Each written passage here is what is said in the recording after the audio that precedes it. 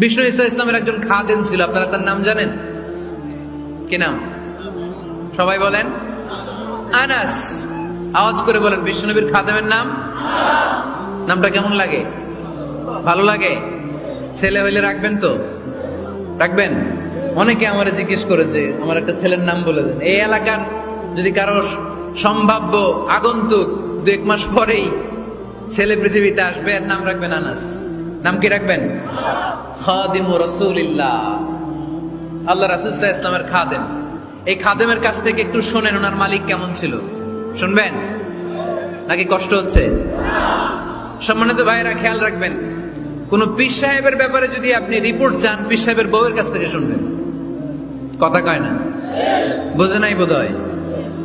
একজন পীর সাহেব হুজুর উনি কেমন, রিপোর্ট দিবেন কার কাছ থেকে? কার কাছ থেকে? বউয়ের কাছ থেকে।